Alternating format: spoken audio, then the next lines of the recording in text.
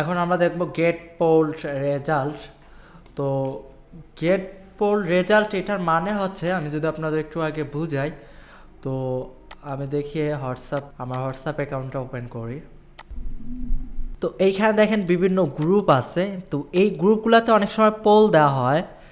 তো এই পোলগুলোর কেমন রেজাল্ট, কতজন হ্যাঁ বললো, কতজন না বললো, এগুলা অনেকে আসলে আমরা অনেকেই দেখতে পাই না, শুধু অ্যাডমিন ছাড়া। তো আপনি এই গেট পোল রেজাল্টের মাধ্যমে আপনি কিন্তু গ্রুপ সিলেক্ট করে দিয়ে আপনার চ্যাট লিস্টে যত গ্রুপ আছে অথবা যত পোল আছে সেই পোলগুলোর রেজাল্ট আপনি দেখতে পাবেন। স্টার্ট নাওতে ক্লিক করলে দেন এটা আমার ক্লিক টু ইনিশিয়েট এটা দেওয়া লাগেনি, এটা অটোমেটিক নিয়ে নিছে। যদি কখনো না নেয় তাহলে এটা জাস্ট অন করে দিবেন।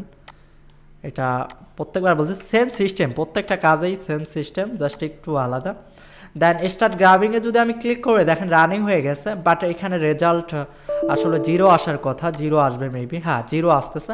কেননা আমার চ্যাট লিস্টে কোনো পোল নাই এবং পোলের কোনো রেজাল্টও নাই, পোলই নাই, যার কারণে আসলে সে পোলের রেজাল্ট দেখাচ্ছে না।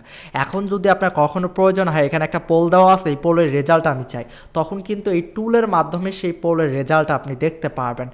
আপনি যদিও অ্যাডমিন না, ইউজার হিসাবে আপনি কিন্তু এই টুলের মাধ্যমে দেখতে পারবেন। আশা করি পোলের ব্যাপারটা আপনারা বুঝতে পারছেন।